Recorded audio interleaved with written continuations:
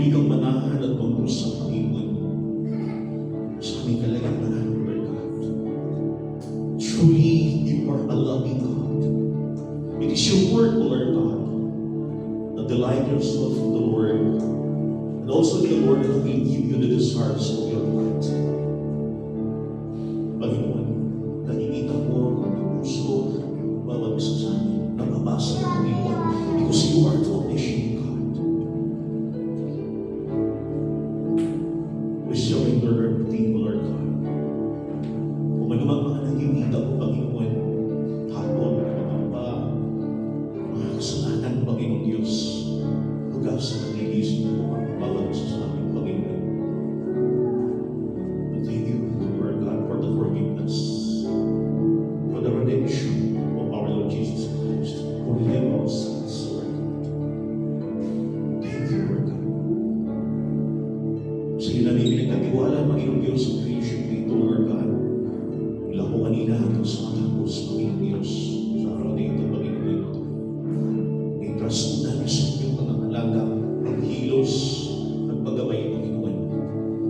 Lord, this is our prayer, offered in faith with thanksgiving in our hearts. In the mighty name of Jesus, this is our prayer in Jesus' name. Amen and amen.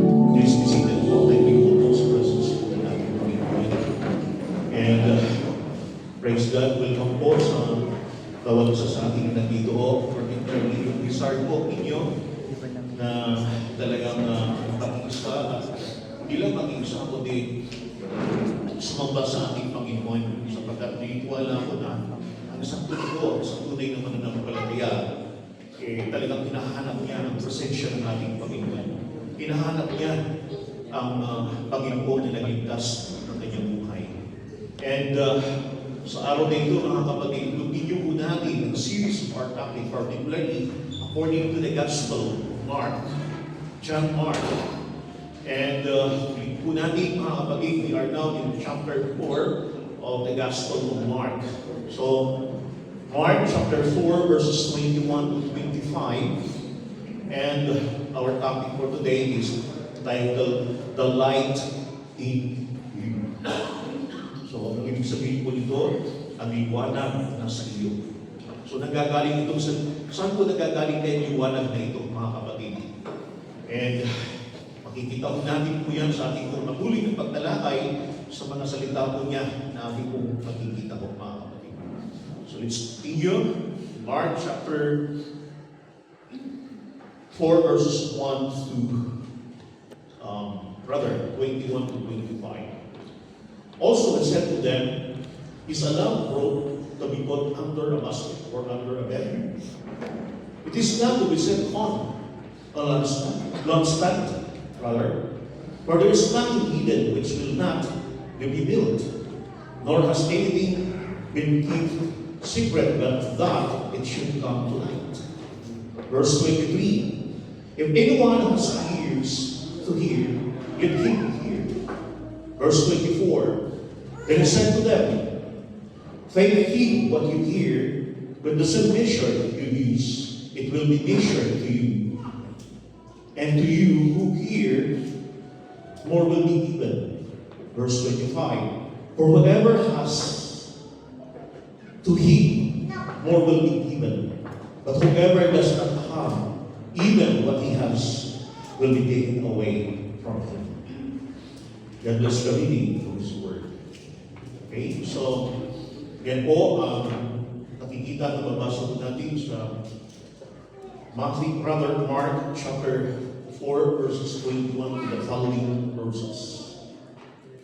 So, ito po yung outline po natin, mga kapatid. But before that, nakikita po natin yung past po na message po ng ating Panginoon na na-deliver po ni Pastor Jurgen. Na kung saan, mga kapatid, ito po yung patungkol po, lalo-lalo na po, living with eternal perspective. Na kung saan ito po yung eternal perspective na ito po yung spiritual perspective, mga kapatid. Hindi ito pananaw na kung saan mula sa mundo, kundi ito po yung spiritual, eternal perspective, mga kapatid. And thank God na ito po perspective na ito, yung desire na ito po hinihingi po natin, ito po yung pinanais po natin, inaasahan po natin ay mula sa ating Panginoon. At doon tinatalakay, ang talakay po ito particularly about God's kingdom, yung kaharian ng ating Panginoon. Secondly, God's righteousness, ang katwiran ng ating Panginoon. And I thank God, thank you for the life of our Lord Jesus Christ died on the cross, that He imputed His righteousness unto us, particularly to all who believe in Him, really accepted Him as Lord and Savior of their life. And God's provision, nandun po yung mga provision ng ating Panginoon. Salamat po sa Diyos because He is our great provider. He is our Jehovah Jireh. Now, mga kapatid, sabi nga po rito, the light is in you, and ito po ay pinapakita ko dito yung outline, since that our topic is about light. Light. Okay, let your light shine. Dito mo sa shine. Okay, so desire to shine, na kung saan naliligo po na talagang hanapin at sinasambahin ng Panginoon. At alam niyo po, nag-grant ng ating Panginoon desire ng kanyang puso para mo'y makarating sa dakong lugar na ito para sambahin ang dakilang makapangyarihan Diyos. Ngayon din po, si Day, Uday ang tawag po namin. Amen? Pamangkin po ng places po, desire din po niya. Kasi marami ang church na kung saan nakapaligid po sa Baguio, pero sabi niya, ang gusto ko doon na ho. At nakikita ko po na talaga gusto ko makikisa po doon sa panambahan. And I thank God na ginagrant ng Panginoon ng desire ng bawat isa sa ating mga kapatid. Now, pangalawa po, let your life be accountable to God's Word. So my question is, do we have the Word of God in our life? Do we have the Word of God in our heart? Meron ba tayong salita ng Diyos na sa ating puso? Ang salita bang ito ay iniingatan ba natin?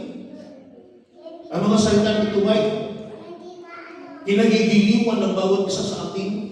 Ang mga salita nito ba ay tayo ay nagtutuwa at naghagalak kapag ito po ay ating nababasa, narinig at napag-aralan?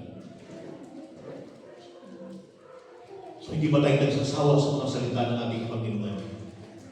So mayroon tayong responsibility. Responsibility and ability to respond to the needs of our spiritual life, our soul. Because the body, man is composed of three, the body, soul, and spirit. At ang kailangan po natin po, the most important po, walang iba kundi ang salita ng ating Panginoon. Kaya nga po mga kapatid, ang tao na may relasyon sa ating Panginoon, ang tao na may kaugnayan sa ating Panginoon, hinahanap-hanap ang ating Panginoon at ang kanyang mga salita. That's why, if you love God, you must love also His Word. You have also accountable for His Word. Sapagkat we cannot separate God and His Word. Inseparable po yan. Let's continue mga kapatid. Let your light shine. Ano ibig sabihin po nito? Let your light shine. Kaya ang magliwanag, ang iyong liwanag. Diba? So magliwanag, ang liwanag na tinanggap mo buhat sa ating Panginoon. So alam niyo mga kapatid, thank God, originally speaking mga kapatid, makikita ko natin, according to His Word, mga kapatid, salita ng ating Panginoon, sa totoo lang, wala naman kung tayong liwanag sa buhay po natin. Before po sa buhay natin na wala pang relasyon sa ating Panginoon. Sapagkat ang buhay ng tao na walang relasyon sa Diyos ay puro kadiliman. Now, dito ho makikita ho natin na kung saan sa verse 1, rather verse 21 at 22, also I said to them, is a lamp brought to be put under a basket or under a bed? Is it not to be set on lampstand? Verse 22, for there is nothing hidden which will not be revealed, nor has anything been kept secret, but that it should come to light. So yan po mga kapatid. So nakita ko din po ito sa magandang balita Biblia. Nagpatuloy sa Jesus sa pagsasalita, sinabi niya, sinisindihan ba ang ilawan upang itago sa ilalim ng takalan?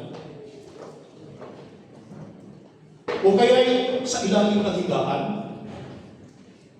Hindi man kapag nasindihan na ay inilagay ito sa talagang patungan ng ilaw. Verse 22, walang natatago di malalantad at walang lihim na di mabubulyan.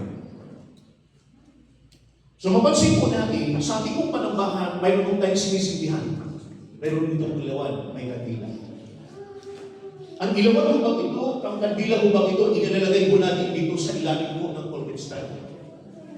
So anong saysay kapag yan po ilalagay po natin? At bakit pa tayo nagsisindi ng kandila kung ilalagay lang naman po natin sa ilalim po ng pulpit stand? So alam niyo po mga kapatid, dito pinakikita ko ang kahalagahan po dito ng ilawan. The lamp refers to Jesus Christ and His Word. Jesus and His Word transform us and make us the light of the world. And His light brings light to the world. So makita po natin, itong ilawan na ito, itong lamp na ito, it refers about the life of our God. It refers to the life of our Lord and Savior, Jesus Christ. So makita po natin po mga kapatid, kasama po dito ang salita ng ating Panginoon. Kaya sinasabi po kanina, if you love God, if you love Jesus Christ, you must also love His Word. Kung talagang mahal mo ang ating Panginoon, lagi kang nag-aaral, nagbabasa ng salita ng ating Panginoon. Napupunta ka sa church, mga kapatid, dapat nakahanda na ang salita ng Panginoon, nakahanda ang Biblia.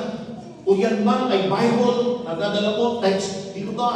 Kung wala man ho, mga kapatid, dapat nandiyan sa cellphone po.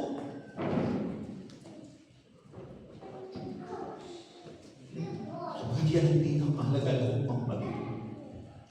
Yan po ang nagbago sa buhay po natin. Kung wala ang Diyos at ang kanyang salita, hindi po babago ang bawat isa sa atin. Kung wala ang Diyos at ang kanyang salita, walang katuturan ang ating pananampalataya. Kung wala ang Diyos at ang kanyang salita, mga kapatid, bukod sa hindi tayo mababago, walang direksyon ang ating paglilingkod. At hindi tayo makapag-akay, hindi tayo makapag-minister na gusto sapagkat wala na po, particularly ang Panginoon Jesus ang salita. Now, sabi nga po dito, makes us the light of the world. Ang world na tinutukoy po dito, particularly ho mga kapatid, for the unbeliever. Lalong-lalo po ang relasyon sa ating Panginoon. Because I believe, ito'y tumutukoy ho, kinakausap ng ating Panginoon dito ang kanyang mga lingkod, ang mga disciples. At alam niyo, mga kapatid, sila po ay nararapat at karapat-dapat na mag-minister kasama ang salita ng Panginoon at higit sa lahat, ang kapangyarihan at presensya ng ating Panginoon. His light brings light to the world. Liwanag, pagbabago, kapangyarihan, pamumuhay na ayon sa salita ng Panginoon na ayon sa kalooban ng ating Panginoon. Now in John chapter 8 verse 12, then Jesus spoke to them again saying, I am the light of the world. He who follows me shall not walk in darkness, but have the light of life.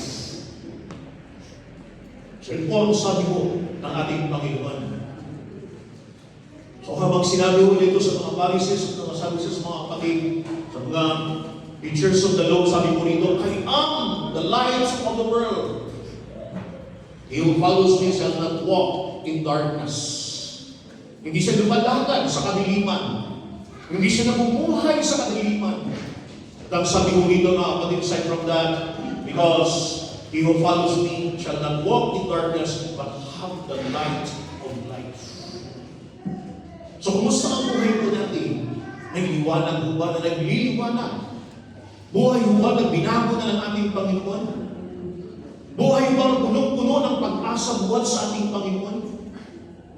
May katuturan ba ang buhay po natin? Tulad ho ng katanungan kanina, para saan ako nabubuhay? Kung baga sabi ko ng commercial, para saan ako bumabako? Para ba sa kape o sa salita ng Panginoon? So dito ko makikita mga kapatid, aside from that, in John chapter 8 verse 12, in Matthew chapter 5 verse 14, you are the light of the world. Ang tinutukoy ho dito, lahat ng mga mananampalataya, lahat ng nananalig sa ating Panginoon Kristo, bilang Diyos at Panginoon, ang tagapagligtas sa kanyang buhay. Sinabi ng ating Panginoon, you are the light of the world. In a city that is set on the hill cannot be hidden. That's why, nasabi nga po dito, mga kapatid, says that you are the light of the world, hindi mo maitatago ang liwanag na ito. Magmamanifest ito sa buhay ng isang mananampalataya, mga kapatid. Magmamanifest ito sa buhay ng isang lingkod ng Panginoon sa lahat ng mga totoo na naglilingkod, sumasampalataya, kumikilala at tinanggap ang ating Panginoon Kristo at mahal na mahal ang salita ng ating Panginoon.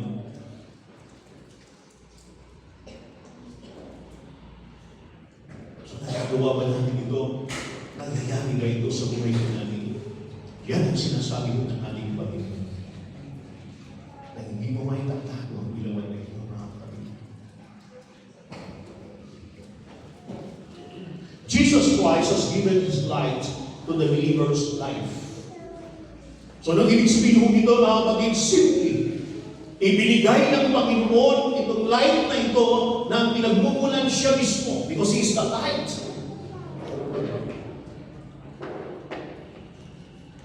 Walang bayad ito.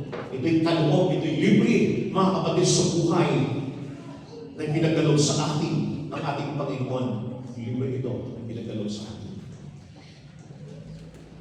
He is the light of every believer. Whatever light, referring to Jesus Christ, is and does the believer is to be in.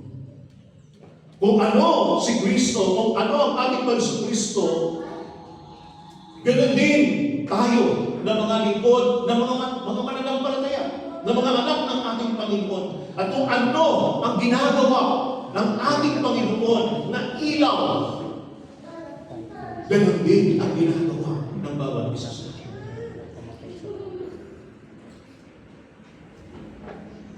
Salamat sa Diyos. Purihin ang ating Panginoon. Now, ano ba ang sinasabi ng ilaw na ito, mga kapatid? Light is clear and pure. It is clean, good, right, and true. We can find it in Ephesians chapter 5 verse 8. For you were once darkness, but now you are light in the world. Walk as children of light. Mamuhay kayo bilang naliwanagan at tumanggap ng liwanag buhat sa ating Panginoon. Mamuhay kayo. Kaya tinutukoy ko dito, mga kapatid, yung pamumuhay ng isang mananampalataya. Pamumuhay ng tunay na tumanggap ng liwanag ng ating Panginoon. Na mula sa kadiliman, mula sa pusigit na kadiliman, mga kapatid, sa kawalan ng pag-asa, sa kamatayan, mga kapatid, ikaw at ako ay binigyan ng bagong buhay, binigyan ng bagong pamumuhay, iniligtas ng ating Panginoon at tinuturuan at higit sa lahat, ginagabayan ng Panginoon upang tayo mamuhay sa liwanag o kaliwanagan na buhat sa ating Panginoon. So here, sabi ko dito, for you were once darkness, but now you are light in the Lord. Walk as children of light. It is a command. We have to walk as children of light. So ang mundo na ginagalawan natin, mga kapatid, ay puno-puno na kung saan makikita ho natin ano kaya kung nangyari sa mundo nito. Alam niyo ho, sa tuwing makikinig ako at magbubukas ako ng TV at ayaw ko ng buksan at makinig ko ng mga balita. Pero dahil po, dapat magkaroon din ako ng mga idea, dapat din magkaroon tayo ng idea, malaman din po natin ang takbo ng mundo ito, ang takbo ng bansa natin. Alam niyo ho, para doon tayo magkaroon po ng idea, para ipag-pray po natin ang bansa ito, ang mundo nating ginagalawan, ang bansa din po na kung saan natin tayo. Kaya nga ho, sabi nga ho rito, salamat sa Diyos, sapagkat siya ang tunay. And light penetrates. By nature, it cuts through and eliminates darkness. In 1 Thessalonians chapter 5, verse 5, you are all sons of light. So ano ho ang status ho natin? Ano ho ang katayuan ho natin? Ikaw at ako ay anak ng ating Panginoong Jesucristo, because He is the true light. We are all sons of light and sons of the day. We are not of the night nor of darkness. So yung pinagkikita ko dito, mga kapatid, sa buhay ng bawat isa sa atin, dapat hindi tayo pamumuhay ayon sa mga gawa ng kadiliman. Mga gawa ng kadiliman na kung saan walang katuturan.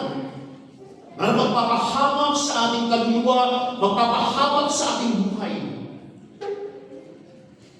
Kasi dati po yan pamumuhay ang buhay po natin. Since that we are sons of light and sons of the day, we are not of the night or of darkness. We must believe.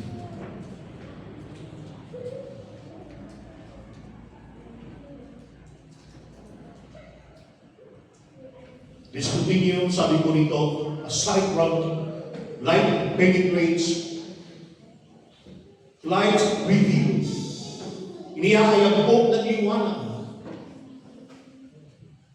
Sabi ko rito, mga kapatid, it opens up the truth of an area, and it leads up the way of the truth and life.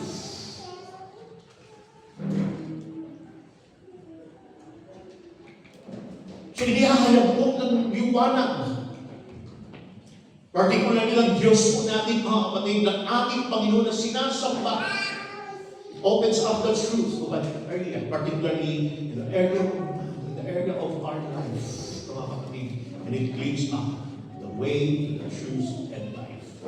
So sabi ng ating Panginoon, I am the way, the truth, and the life, and no one comes to the Father except through me. In John chapter 12, verse 46, I have come as light into the world, that whoever believes in me should not abide in darkness. Hindi siya mananatili sa kadiliman. At ang kadiliman na tinutukoy ito yung mga gawa.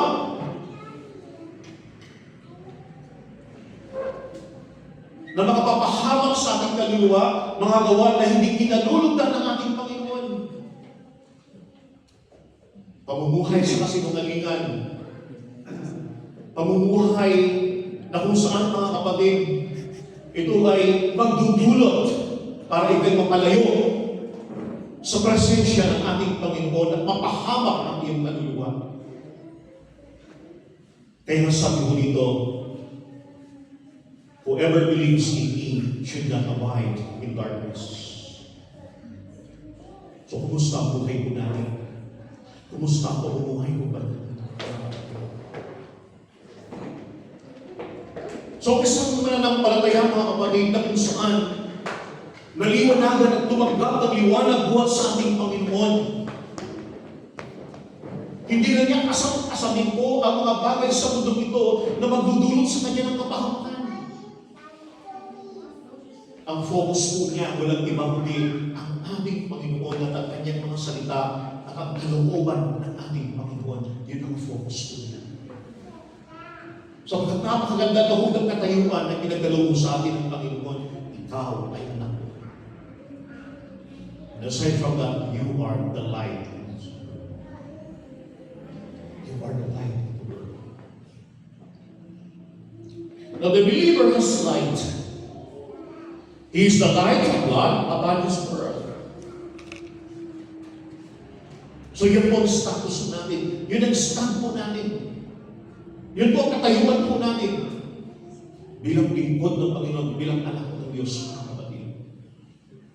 At ang lahat ng ito, ang light na ito, liwanag na ito, mga kapatid, ay buhat sa ating Panginoon since that He is the source of light. So ano dapat po gawin, mga kapatid? He is to let His light shine to show good works.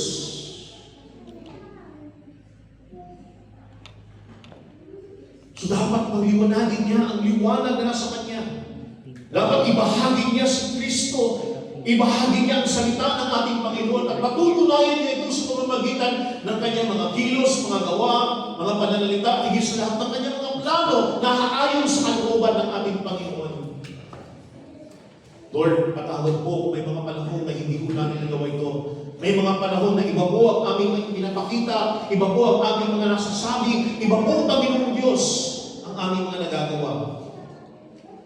Nakakalimutan minsan, Panginoong Diyos. May mga panahon na nakakalimutan namin na kami po, Panginoong Diyos, ay tumanggap ng liwanag buhat sa inyo.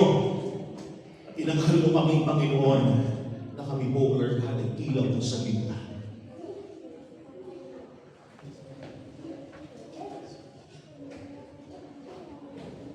Now the command, let your light shine, means let your good works be seen. Dapat makita ito sa bawat isa sa atin. So nire-remind ng ating Panginoon kung sino tayo sa harapan ng Panginoon, ano ang dapat natin gawin at dapat ipakita, lalo-lalo na sa mundo na ginagalawan mo natin.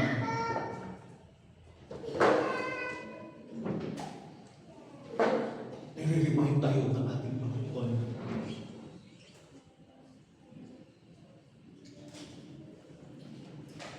The believers are to let their light shine, still and to glorify God, para hawin, himukin ang tao na magpuri at luwalhangin ang ating Panginoon.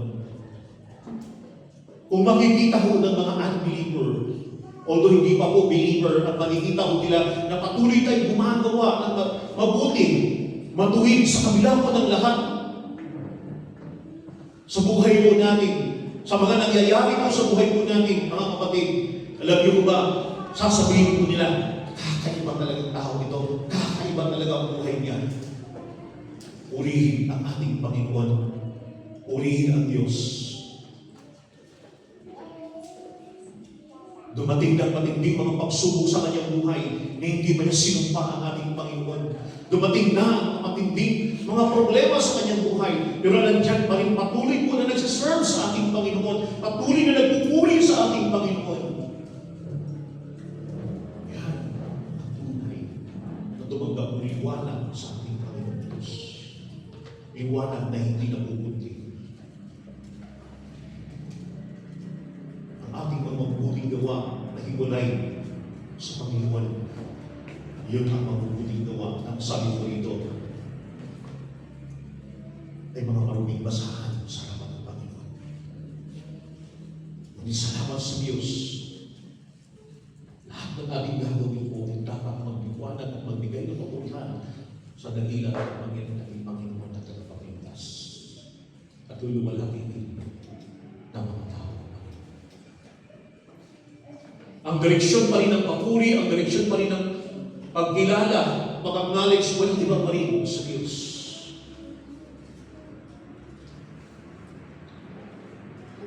Now the word secret in Mark chapter 4 verse 22 refers to something that is not properly understood.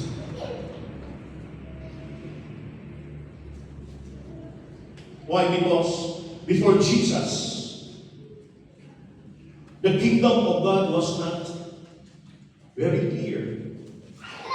Why?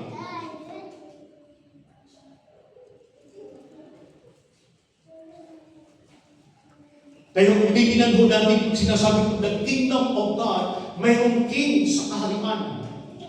Mayroong nagdodomain, the dominion of the kingdom of God. There's no other. The life of our Lord and Savior of our life. It refers to the life of Jesus Christ. But when Jesus came, He made the secret of the kingdom of God clear and understandable. Nagiging balibak ito, tunay ito na unawaan ng bawat isa sa ating ng mga mananampalataya. Siya ang hari, siya ang Panginoon. Siya gumagawa at umiilos. In the biblical context or term, secret or mystery means something formerly hidden. Natago. Di nakita, hindi hayag. But now revealed, which people cannot understand except by divine revelation. So ganoon din noon, hindi natin alam na wala pa tayong relasyon sa ating Panginoon nung hindi ba ito inihayag ng ating Panginoon. Para maunawaan natin ang secret, ang mystery na ito, mga kapatid, kinakailangan bukas sa ating Panginoon at siya mismo ang magpahayag dito sa atin. The secret or mystery of the kingdom means that the kingdom of God has come in the person of Jesus Christ of Nazareth.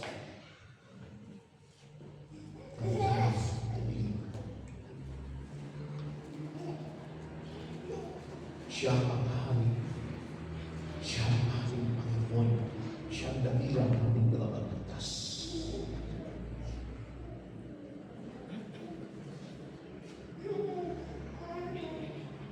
So aside from that, makikita pa rin po natin mga kapatid, the second secret that is brought to light are the sins of people.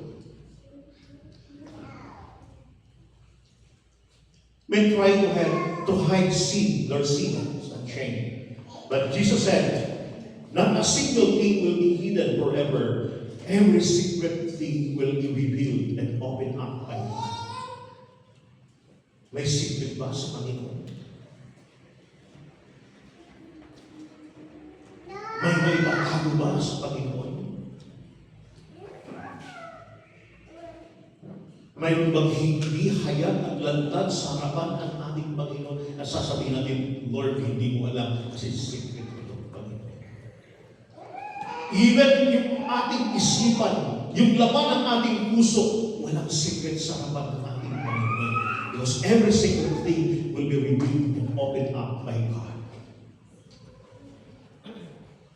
God's truth and light revealed. So ihahayag ng ating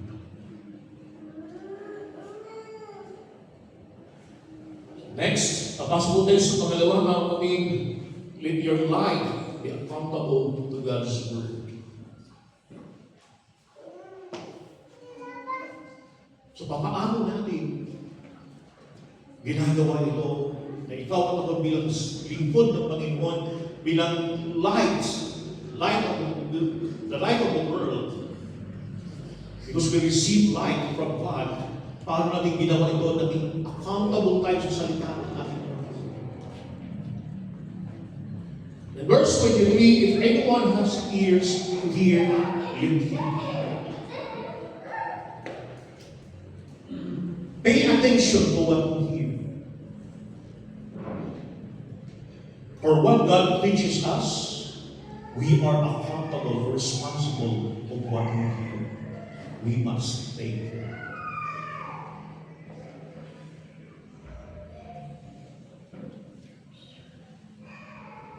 Kaya kung titinan po natin, mga kapatid, itong parable na ito about sa lamp or light sa mga kapatid, it connects also the parable of the sower or the parable of the farmer na naghahasik po ng bibig. We are accountable, responsible to what we hear.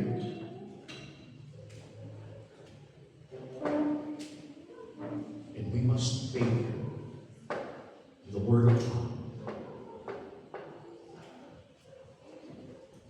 Dapat ingatan natin ang salita. Now, the closer you listen, the more understanding you will be given and will receive even more.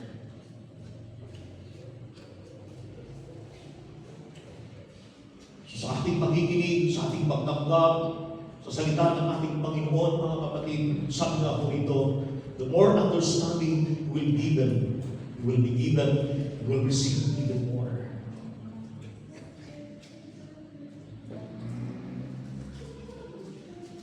Because we are accountable to His Word. Verse 24, then I said to them, take heed what you hear. With the same measure you use, it will be measured to you, and to you who hear, more will be given. Sa mga salitang ating narinig, tinanggap, mga kapatid, ito'y iniingatan natin sa ating puso. Pinahalagahan natin itong mga salitang ito, mga kapatid. Alam niyo ho, mas marami pa na mga katotohanan ng salita ng Panginoon at ipagkakaloob at ihahayag ng ating Panginoon sa atin.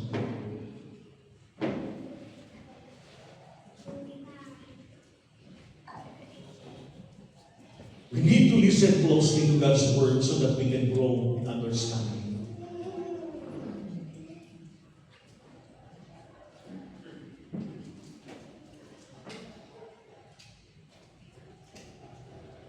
So let's continue. Why? So that we can be an equipping light to the world. Why? Kung hindi po tayo makikinig at mag-pay attention sa salita ng ating Panginoon, naging epektibo ba tayong light sa mundo nito? Minister the needs of this world.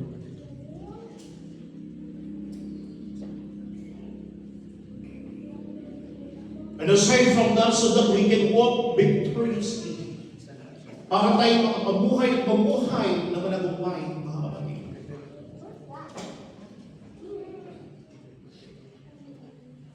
Third, so that our lives be brighter and more useful in ministering to the world.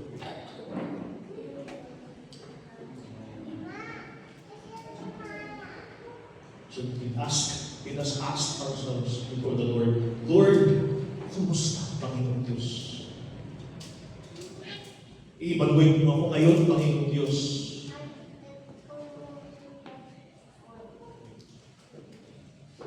Karapat-dapat ba ako, mapagkatiwalaan ba ako sa iyong salita, Panginoon?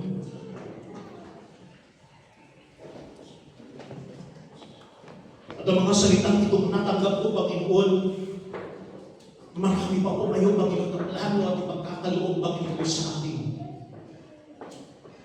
Para magamit ako, para maliwalhati ang iyong pagkakaloob. Because in verse 25, for whoever has to give, more will be given. But whoever does not have, even what he has will be taken away from him. Sinulit ko po, connected ito sa parable po ng isang manasik.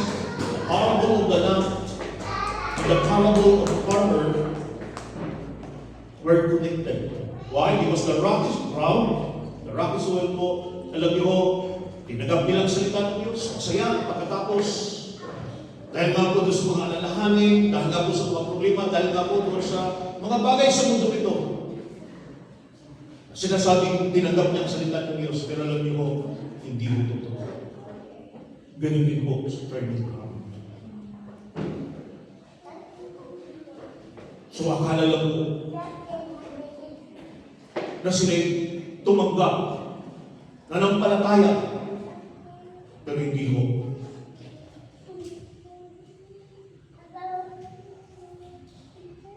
Hindi ho, mga kapatid, umaasa tayo sa Diyos na itong mga salitang ating napag-aralan, itong salitang ating patuloy na pag-aaralan, itong mga salita ko na kung saan pinapahawa ng bawat isa sa atin ay patuloy na manatili sa ating puso, sa ating buhay, upang tayo ay makapamunga, upang tayo ay makapabuhay ng managumpay at patuloy po ang pagministeryo sa mundong ating ginagawa. Now they claim to have a spiritual life, but in reality, they don't possess it. They profess to know God, but their words deny Jesus Christ and His Word. For those who are not listening, even what they think they understand will take it away from them.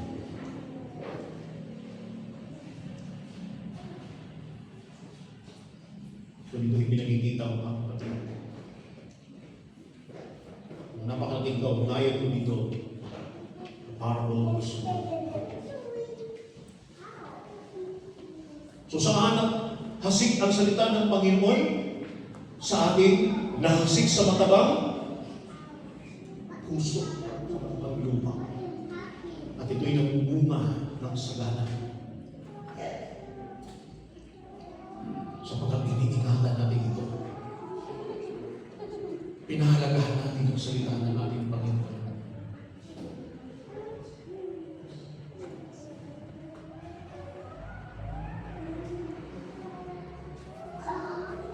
Those who hear God's word must be careful and pay attention to what you hear.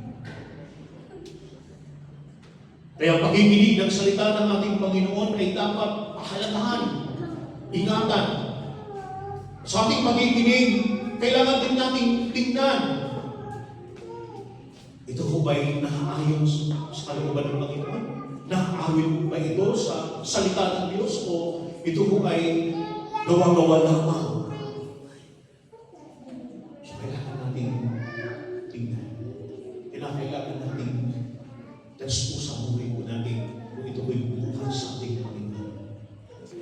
At the same time, we must apply God's truth diligently and faithfully. Sinabi po ng Santiago, Kabanatang 1, sa talatang 22 hanggang 25, mamuhay kayo ayon sa salita ng Diyos. Kung ito'y pinaghihigan lamang ninyo, ngunit hindi sinasagawa, dinadaya ninyo ang inyong sarili. Pagkatapos niyong tanggapin ang salita ng ating Panginoon, ibinahagi ng mga servants ng ating Panginoon, ibinahagi ng ating Panginoon, at namumuhay pa rin kayo sa kasamaan, namumuhay pa rin kayo ayon sa takbo ng mundong ito, dinadaya mo ang iyong sarili, dinadaya natin ang ating sarili. At ang ating pagnanasa pa rin ay sa mga bagay tungkol sa mundong ito, dinadaya natin ang ating sarili. Sapagkat sabi nga po ito, mabuhay kayo ayon sa salita ng Diyos kung ito'y pinaghihigan lamang ninyo, ngunit hindi sinasagawa, dinadaya ninyo ang inyong sarili. Sapagkat ang nakikinig ng salita, ngunit hindi sumusunod dito, ay katulad ng isang taong tumingin sa salamin. At pagkatapos makita ang sarili, ay umalis at kinalimutan ang kanyang anyo.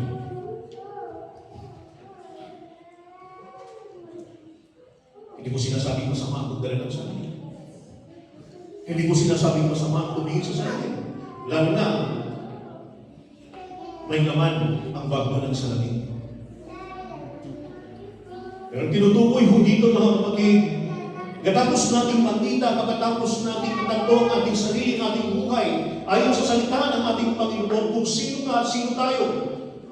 Kung ano ang pinagagawa ng ating Panginoon, kung ano ay tinuturo ng ating Panginoon, at pagkatapos po dito, ay nakalimutan po natin at patuloy pa rin tayo. Ang ginagawa pa rin natin ay ang mga bagay na hindi po naaayon sa salita ng ating Panginoon.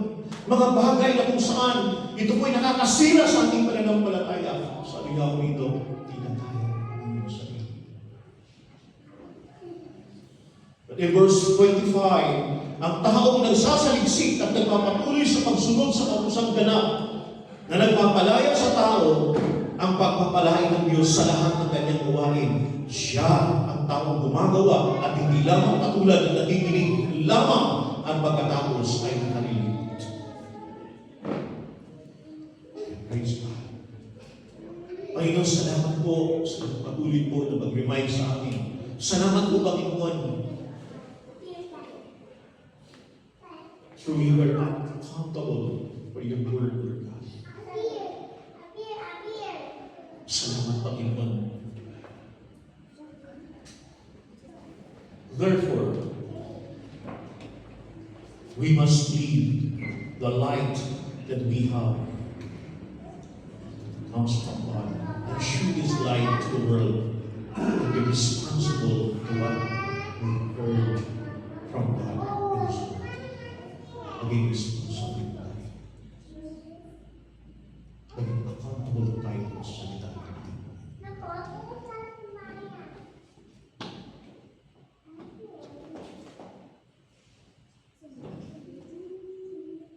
Yan ang prayer po natin sa church. Yan po ang panalangin po natin sa iglesia.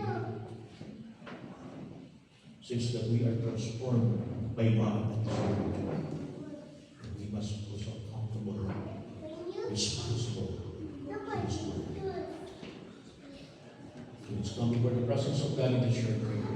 Lord, maraming salamat po sa inyong presensya, salamat sa inyong salita, salamat po sa pagbubuan. Salamat, Panginoon, sa inyong patuloy at pagkilos, Panginoon Diyos, sa iglesia ito, Panginoon. Remind niyo po kami, Panginoon Diyos. Bilang mga lingkod ang mga anak mo, bilang ilaw sa mundo na ito, Panginoon. Ang tinanggap at tatanggap po namin ay buhat sa inyo, Lord God. Ang tunay na ilaw na makapagbabago sa buhay ng tao at makapagkakaloob ng buhay na walang hanggan. Ayun po yun, Panginoon. At ang iyong mga salita, Lord God. Nais po namin, Panginoon Diyos, sa madagdagan at matanggap ng marami pang mga pagpapala. Bukan sa inyong mga salita, Panginoon Diyos. Tulungan mo kami na gawin ng kampanan ang nararapat, Panginoon, lalo na kung paano i-handle ang mga salita ng Panginoon sa buhay mo namin bilang mga lingkod. Tulungan mo ang iglesia ito, Lord God, upang patuloy na magpamuhay tayo sa iyong kalooban. At ang kalooban mo ay makikita ko namin at mabasa namin ito sa iyong mga salita, Panginoon. Tulungan mo kami, Panginoon Diyos. Lalo na po sa taong ito, noong year 2026, upang kami patuloy po na magbigay ng kapulihan o walang kaluwalhatian sa iyong magandang na pangalan. Maraming salamat. Sa iyo ang papuri, pagluwalhati sa pangalan ni Jesus.